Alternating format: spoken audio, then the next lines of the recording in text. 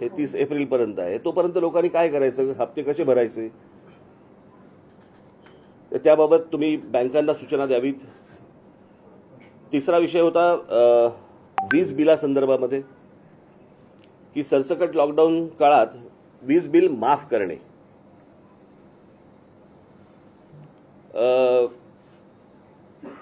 जे व्यावसायिक आहेत त्यांना 50% व्यवसाय कर म्हणजे जीएसटी बाबत राज्य सरकारने सवलत द्यावी आणि या बाबतीत केंद्र सरकारशी बोलून घ्यावं. खरं तर केंद्र सरकारकडनं अनेक जीएसटीचे पैसे यायचे बाकी आहेत, परंतु किमान आता लोकांना दिलासा मिळणं गरजेचं आहे, दिलासा देणं गरजेचं आहे. कारण हे सतत वारंवार तुमच्या काय रुग्णांचे आकडे वाढणं आणि मग तुम्ही लॉकडाऊन लावणं आणि हे सततचे काही प्रकार योग्य होणार नाहीत. आणि सगळं म्हणजे अर्थव्यवस्था तर कोसळलेलीच आहे, समाज मनही कोसळलेलं आहे आणि मग त्याच्यातनं उरेल काय, आपल्या हाताला काय लागेल. चौथा विषय होता कंत्राटी कामगारांच्या संदर्भामधला की हा आत्ता गेल्या लॉकडाऊनच्या वेळेला अनेक कंत्राटी कामगारांना राज्य सरकारने घेतले होते आणि मग जशी ती लाट ओसरत गेली तशी त्या सगळ्या कामगारांना काढून टाकले. तर मी त्यांना म्हटलं की या कामगारांना परत बोलवा, या कंत्राटी कामगारांना परत बोलवा आणि जर जमलं तर महानगरपालिका किंवा इतर ठिकाणी ह्यांना कायमस्वरूपी तुम्ही घेऊन टाका. कारण हे दरवेळेचं आपल्याला काहीतरी तहान लागली की आपण विहीर खणायची, हे प्रत्येक वेळेला काही बरोबर नाही होणार. त्याच्यामुळे हा कामगारांचा विषय जो आहे कंत्राटी कामगारांचा तो देखील त्यांनी लक्ष द्यावं. हे मी सतत ह्या सगळ्या गोष्टी सूचना करत असताना त्यांनी सूचना ही योग्य आहेत आणि याची लवकरात लवकर मी मंत्रिमंडळाशी बोलून त्याच्यावरती उपाययोजना करतो म्हणून त्यांनी सांगितलंय. त्याच्यानंतर मनोरंजन क्षेत्र, ह्या जिम काय सलून बिलून यांनाही आठवड्यातून किमान 2 ते 3 वेळा त्यांची दुकानं उघडी ठेवण्यासाठी म्हणून त्यांना परवानगी द्यावी. क्रीडा क्षेत्रामध्ये आता ते स्विमिंग पूल वगैरे सगळे बंद आहेत, आपण समजू शकतो, चला स्विमिंग पूल वगैरे बंद आहेत, परंतु जे खेळाडू जे सराव करतायत या सराव करणाऱ्या सर्व खेळाडूंसाठी काही सवलत असणं गरजेचं आहे. मग त्यांना स्विमिंग पूल किंवा त्यांची जो काही खेळ खेळत असतील त्याप्रमाणे तिकडे त्यांना सराव करण्यासाठी त्यांना परवानगी मिळणं गरजेचं आहे, आवश्यक आहे. की अनेक तुमचे काय हे बॉडी बिल्डर्स असतात त्यांना जिम्स उपलब्ध नाही आहेत, अनेक इतर वेगवेगळ्या खेळाडू जे असतात की जिकडे गर्दी होणार नाही परंतु त्यांना सराव करता येईल, त्यासाठी सरकारने त्यांना मदत करावी. सरकारची आत्ताच तिजोरीची हालत आपण ऐकली या गेल्या अर्थसंकल्पामध्ये, तरीही मी त्यांना एक सांगितलं, म्हटलं शेतकऱ्यांना या संपूर्ण काळामध्ये म्हटलं तुम्ही एक काही हमीभाव द्यावा राज्य सरकारने, कारण पुन्हा परत तो जर शेतकरी परत कोसळला तर पुन्हा अजून मोठं संकट आपल्यावरती येईल.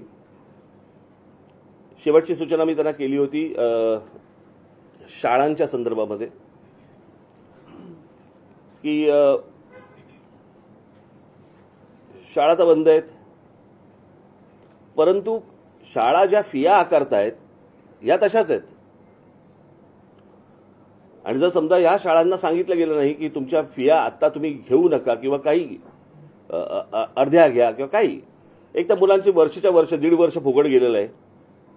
आता 10वी 12वी परीक्षेला बसलेले आहेत. खरं तर ह्या 10वी 12वीच्या पोरांना प्रमोटच केले पाहिजेत. यांच्या परीक्षा न घेता यांना पुढे ढकलले पाहिजेत. कारण ते कोणत्या मानसिकतेमध्ये असतील काय असतील आपल्याला काही कल्पना नाही. ही सगळी लहान मुलं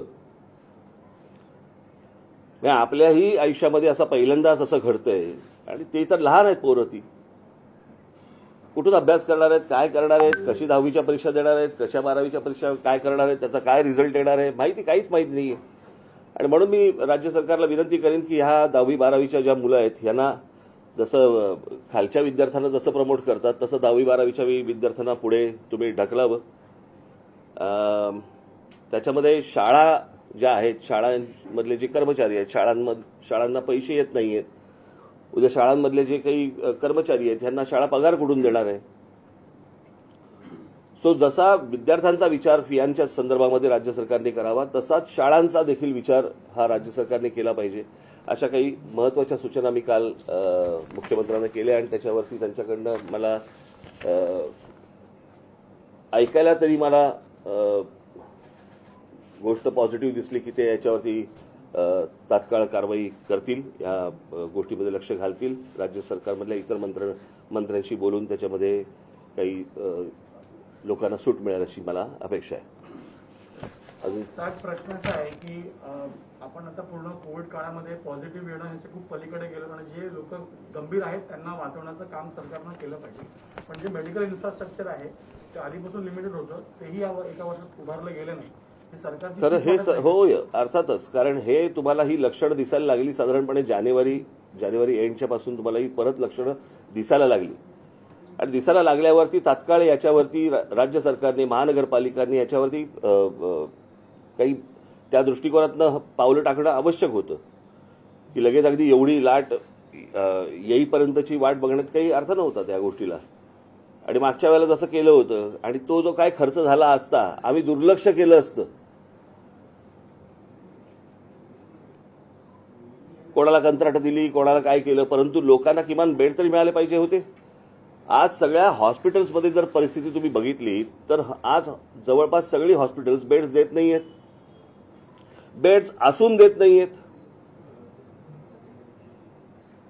जर कोणी कोविड पेशंट गेला, म्हणजे मी आत्ताच माहिती घेत होतो की अनेक ठिकाणी हॉस्पिटलमध्ये गेलेले पेशंट एकेका हॉस्पिटलमध्ये दोन तीन दगावले की बेड्स मिळाले नाहीत म्हणून. आणि हॉस्पिटलकडे बेड्स असताना जर समजा ते युटिलाइज होत नसतील, जर ते वापरले जात नसतील, मग ही हॉस्पिटल करायची काय? एक तर ही महानगरपालिकांच्या जमिनींवरती उभी आहेत. महानगरपालिकांचं पाणी, वीज, राज्य सरकारच्या सगळ्या सवलती यांना सगळ्या गोष्टींच्या मिळत असतात. आणि त्याच्यानंतर जर ज्या वेळेला तुम्हाला राज्यावरती ज्या वेळेला संकट येतं त्यावेळेला ह्यानी हात पुढे नको करायला. मला तिकडे ठाण्याच्या एका कुठचं अपोलो हॉस्पिटल का काहीतरी तिकडे ग्लोबल हॉस्पिटल तिकडे किती बेड्स दाखवत आहेत? 1000 बेड्स आहेत दाखवत आहेत. आणि कोणी गेलं तर म्हणतात की तिकडे बेड्स नाही आहेत आणि 200-250 बेड्स रिकामे आहेत. मग विचारपूस केली तर कळतं, मग आमदार फोन करतात त्यांना बेड द्यायला लागतात, नगरसेवक फोन करतात त्यांना बेड द्यायला लागतात. अरे ह्याला काय अर्थ आहे? म्हणजे जो सर्वसामान्य नागरिक जो तिकडे जाणार तिथे तो म्हणणार की बाबा मला ताप आलाय, मला आता तुम्हाला बरं वाटत नाहीये, म्हणजे त्याला बेड नाही मिळणार.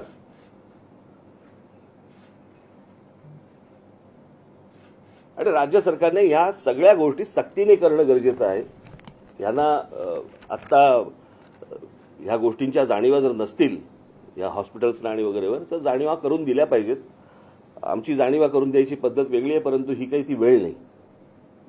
त्याच्यामुळे आम्ही आत्ता त्या वाट्याला काही जात नाही आहोत. परंतु जे हॉस्पिटलचे जे कोणी बघणारे लोक असतील त्यांनी या गोष्टींचा नीट गांभीर्याने विचार करणं आवश्यक आहे. तसं तुम्ही एक महत्त्वाचा मुद्दा सांगितला, 10वी आणि 12वीच्या विद्यार्थ्यांना सरसकट वर्गोन्नती देण्यात येईल, तसं आजपर्यंत दिलेली. पण याच्यामध्ये मुद्दा असं झाला, पालक संभ्रमामध्ये आहेत, कारण त्यांनी मुलांची तयारी 1.5 वर्षाच्या याच्यामध्ये प्रायव्हेट ट्युशन्स खर्च करून त्यांना जास्ती तयारी करून घेतली होती. नाही बघा, आता थोडंसं होतं याच्यामध्ये. तुम्हाला आखुडशिंगी, बहुदुधी, कमी चारा खाणारी गाय अशी कधीच मिळत नाही. तुम्हाला कुठेतरी काहीतरी गोष्टींवरती थांबावंच लागतं. म्हणजे तुम्ही ट्युशन्स क्लासेसला दिलेल्या फिया बघायच्या आहेत का? उद्या तुमच्या डोक्यावर मुलांच्या मनावरती झालेल्या परिणामामुळे जर समजा कमी मार्क पडले तर त्याच्यानंतर परत बोंबलायचं. काहीतरी एक गोष्ट आपण बघितली पाहिजे ना. गेल्या वर्षभरात आपण काही शिकलो नाही असं वाटतं आपल्याला. राज्य सरकारने जी परिस्थिती गेल्या वेळेला होती, राज्य सरकार सुद्धा पूर्ण विसरलं की कोविड पुन्हा येऊ शकतो. नाही, नुसतं हा एकट्या राज्य सरकारवरती पण बोलून चालणार नाही. हा देशाचा विषय आहे. आज लाट इकडे आहे, उद्या लाट दुसरीकडे येईल, परवा लाट तिसरीकडे येईल, काही सांगता येत नाही. मला असं वाटतं की या आरोग्य या विषयावरती राज्य सरकारांनी सर्व आणि केंद्र सरकारने गांभीर्याने विचार करणं गरजेचं आहे की त्याच्यासाठीचं बजेटमधली तरतूद जी आहे ही देखील मोठ्या प्रमाणावरती येणं आवश्यक आहे. कोविड वॅक्सिनेशन केंद्र सरकार म्हणते की महाराष्ट्र, पंजाबमध्ये मोठ्या प्रमाणात कोविड पेशंटची संख्या वाढते, पण इतर राज्यांसंदर्भात काही होताना दिसले नाही. मी मगाशी बोललो तो विषय, मी सुरुवातच त्याने केली. साहेब, कोविड वॅक्सिनेशनचं जर बघितलं गेलं, आता देशामध्ये फक्त कोविशिल्ड आणि कोवॅक्सिनच आहे.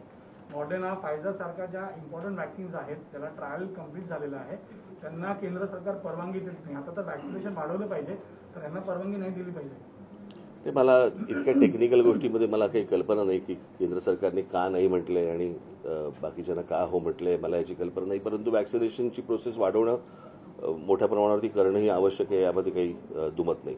आणि त्याला वयाचं बंधन नसावं वॅक्सिनेशनसाठी, हेही मला असं वाटतं गरजेचं आहे. हो, त्यांच्या तर परीक्षा किती वेळा पुढे ढकलल्या.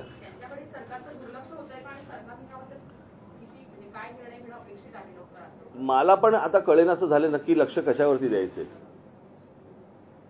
सरकारने तर दिलंच पाहिजे. आणि मुलांची वय वाढतायत, जशी वय वाढतायत तशी त्यांची त्या परीक्षांना जाणं कमी होणार, म्हणजे ते देऊ नाही शकणार परीक्षा. सगळीच गोंधळाची परिस्थिती आहे. मला कोणाकडे ह्याचं उत्तर आहे नाहीये मला माहित नाही, परंतु किमान आरोग्य या विषयावरती तरी आता सरकारने, राज्य सरकारने आणि केंद्र सरकारने फोकस देणं त्याच्यावरती गरजेचं आहे. सर, कंत्राटी कामगारांना काढलं गेलं आणि त्यावेळेस तुमच्या पक्षाकडनंही आंदोलनं केली गेली होती, त्यांच्यावर गुन्हे दाखल केले गेले होते. तर सरकारला ऍडवाइसच बरोबर मिळत नाहीये, कारण त्यांना वाटतं दुसरी लाट येणार नाही यासाठी सगळं केलं गेलं, प्रिपरेशन नव्हतं. आपल्याला दिसतंय त्याप्रमाणे प्रिपरेशन दिसत नाहीये. आता ते ऍडवायझर कोण आहेत आणि किती आहेत आपल्याला काही याची कल्पना नाही, परंतु जमिनीवरती आपल्याला दिसताना या गोष्टींची तयारी नाही हे आपल्याला दिसतंय. अनिल देशमुख ने इस्तीफा दे दिया, आपको लगता है कि सीबीआई का ऑर्डर आया तो उसके बाद हड़बड़ी में सरकार एक्शन में आ गई? कसं आहे, अनिल देशमुख त्या दिवशीची पत्रकार परिषद जर समजा तुम्ही माझी नीट ऐकली असेल किंवा तुम्ही जर आला होतात की नाही मला कल्पना नाही किंवा पाहिली असेल, तर माझ्यासाठी अनिल देशमुख हा महत्वाचा विषयच नव्हता. महत्वाचा विषय होता की मुकेश अंबानींच्या घराखाली पोलिसांनी बॉम्बची गाडी ठेवली, त्याची चौकशी होणार आहे का? उद्याने राजीनामा दिला, चौकशी सुरू झाली, मग नंतर तुम्ही विसरून गेलात, तुमच्या बातम्या बंद झाल्या, मग लोकांनी सगळ्याच विसरून जाणार. विषय तो नाहीये. विषय हा आहे की ती बॉम्बची गाडी पोलिसांनी ठेवली, ती कोणाच्या सांगण्यावरून ठेवली. मी त्या दिवशी म्हटलं की पोलीस कोणीतरी सांगितल्याशिवाय अशा प्रकारचं कृत्य करणार नाहीत. त्याच्यामुळे चौकशी ही अनिल देशमुखांची तर होईलच, पण चौकशी ती झाली पाहिजे की बॉम्बची गाडी ठेवली कोणी, जिलेटिन असलेली गाडी ठेवली कोणी. आपण तिसरीकडे चाललोय आणि दरवेळेच आहे. प्रत्येक वेळेला एखादा विषय ज्या वेळेला येतो मग त्याला फाटे फुटत जातात. म्हणजे मला एक मागच्या वेळेला मला सांगायचं राहून गेलं तुम्हाला. आमची एक परिचयाची व्यक्ती आहे, त्याला काहीतरी गाणं गायचा मूड येतो आणि मग ते गाणं गायला सुरुवात करतात. आणि गाणं गायला सुरुवात केली की मग ते तान देतात जोरात, आणि ती तान इतकी जाते, इतकी पुढे जाते, इतकी जाते, नंतर ते मूळ गाणं विसरतात आणि बाजूच्याला विचारतात कोणता गाणं गा रहा था. मग आम्ही सांगायचं हे गाणं गाताय तुम्ही. अच्छा अच्छा, मग हे गाणं कळलं का? ते तुमचं सगळं असं चालू आहे सगळं आता, की मूळ विषय कुठचा निघतो तो नंतर कुठेतरी भरकडत भलतीकडेच जातो, आणि कशापासून सुरुवात झाली या गोष्टींची हे आपण बघतच नाही होत. इसके पहले भी कई केसों में हमने देखा, जैसे सुशांत का हो या आरुषि का केस हो, कई सारे केस में ऐसा ही हुआ, मुद्दा पटक गया. आपको लगता है कि एक केस में मुद्दा पूरा पटक गया है, और जो क्या हुआ था किसने, म्हणजे सुशांतच्या केसमध्ये विचारतात सुशांतने आत्महत्या केली आणि जेलमध्ये गेला अर्णव. आता कशाचा कशाला काही संबंध आहे का मला जरा सांगा. हे तसंच झालं, ही वेगळी ताण लावलीत ना तुम्ही, त्याच्यामुळे मूळ मुद्दा गेला. पण एनआयए म्हणते की तपास योग्य दिशेला आहे. आता हत्येचा आणि ह्या स्फोटकं ठेवण्याचं प्रकरण बाहेर येण्याशी मतलब आहे, बाहेर यावं. सरकार जे आहे मागील 1.25 वर्षांपासून आपण पाहतोय, 2 मंत्र्यांना राजीनामे द्यावे लागले, अनेक प्रकरणं समोर आली, बदनामी झाली, म्हणून कामापेक्षा बदनामीमध्ये गुंतून राहिल्यासारखं आपल्याला वाटतं. मला काल एक फार चांगला कोणीतरी विनोद पाठवला की उद्धव ठाकरेंच्या हातामध्ये राज्य आलंय का त्यांच्यावरती राज्य आलंय.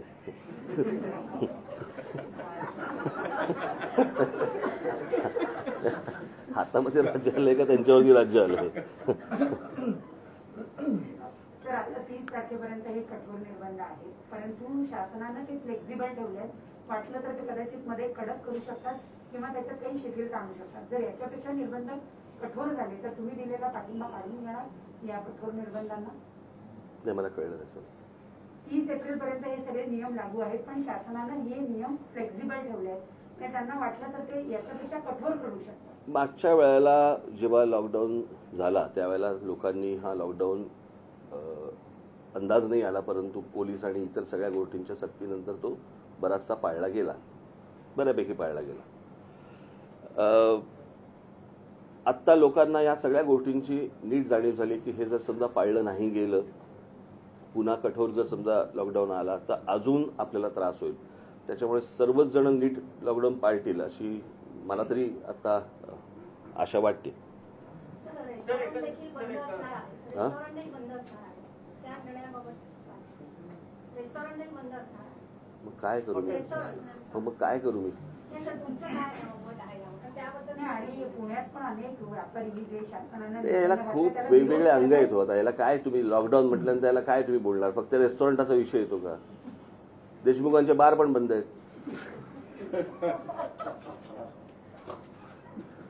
सर, गृहमंत्री अनिल देशमुखांचा डिपेंड करायला शरद पवार साहेब समोर येतात, दोनदा पत्रकार परिषदा घेतात त्यांच्या संदर्भातल्या, आणि आता पुन्हा त्यांना आता राजीनामा द्यावा लागतोय नैतिकतेच्या मुद्द्यावरून. त्यांची नैतिकता उशिरा सुचली आहे का, आणि एकंदरीत शरद पवारांचं हे अपयश आहे का? कसलं अपयश याच्यामध्ये?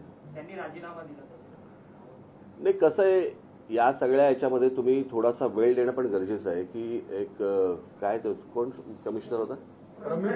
परमबीर सिंग यांना 100 कोटीचा साक्षात्कार त्यांना काढल्यावरती का झाला? आणि समजा काढलं नसतं तर ते ही गोष्ट बोलली असते का? तर ती गोष्ट तपासून घेणं पण तितकीच गरजेची आहे. पण ते जे बोलले की तुम्ही बारमध्ये आणि रेस्टॉरंटमध्ये जाऊन तुम्ही पैसे गोळा करा, लांछनास्पद आहे. पण त्या बदल्यांचाही बाजार केला गेला स्वतः ते एक केला. अहो, तुम्ही आता काही नवीन पत्रकार आहात का? हे बदल्यांचे बाजार होतातच ना. एकदा मंत्रालयामध्ये जर समजा तुम्ही कान दिलेत, आता मला फार बोलायला पण तुमच्याबद्दल लावू नका. तुमचेही अनेक लोक तिकडे असतात बदल्या घेऊन. असं 40 दिवसामध्ये दोन मंत्र्यांचे राजीनामे सध्या ह्याच्यामध्ये बघायला मिळाले आहेत, आणि एकीकडे विरोधक म्हणतात की आणखीनही असेच राजीनामे याच्या पुढे देखील बघायला मिळतील. तर कोरोना परिस्थिती गंभीर आहे आणि याच्यामध्ये हे राजकारण येतंय. आता आपण करोनाबद्दल बोलू, करोनामधनं बाहेर येऊ. असं 40 दिवसामध्ये 2 मंत्र्यांचे राजीनामे सध्या सत्ताधारी पक्षांचे बघायला मिळतात. आता मिळतात म्हणजे केलंच काम तसं तर मिळणारच ना तुम्हाला बघायला. तसं जर अजून झालं तर अजून मिळतील. विरोधक फक्त सत्ता पाडण्यासाठीच प्रयत्न करते. जनतेचे इतर प्रश्न बरेच आहेत. हे बघा, पहिली गोष्ट, सत्ता पाडण्यासाठी जर समजा प्रयत्न होत असतील तर त्या मंत्र्यांकडनंही काहीतरी कृत्य होतंय ना. कळलं का? ती काय इमारत आहे का खालचे पिलर काढले? त्या मंत्र्यांकडनं असं काहीतरी घडतंय ज्याच्यातनं त्यांना राजीनामे द्यावे लागत आहेत. ही पण गोष्ट बघितली पाहिजे. नुसतं असं सरकार काय असंच पाडता येत नाही. नाही, पण मध्यंतरी बातमी अशी आली की पवार साहेब अमित शहा यांना भेटायला अहमदाबादला गेले, आणि या सगळ्या परिस्थितीमध्ये एनसीपीचं डेस्परेशन किंवा जी अडचण आहे ती समोर दिसते का? किंवा कारण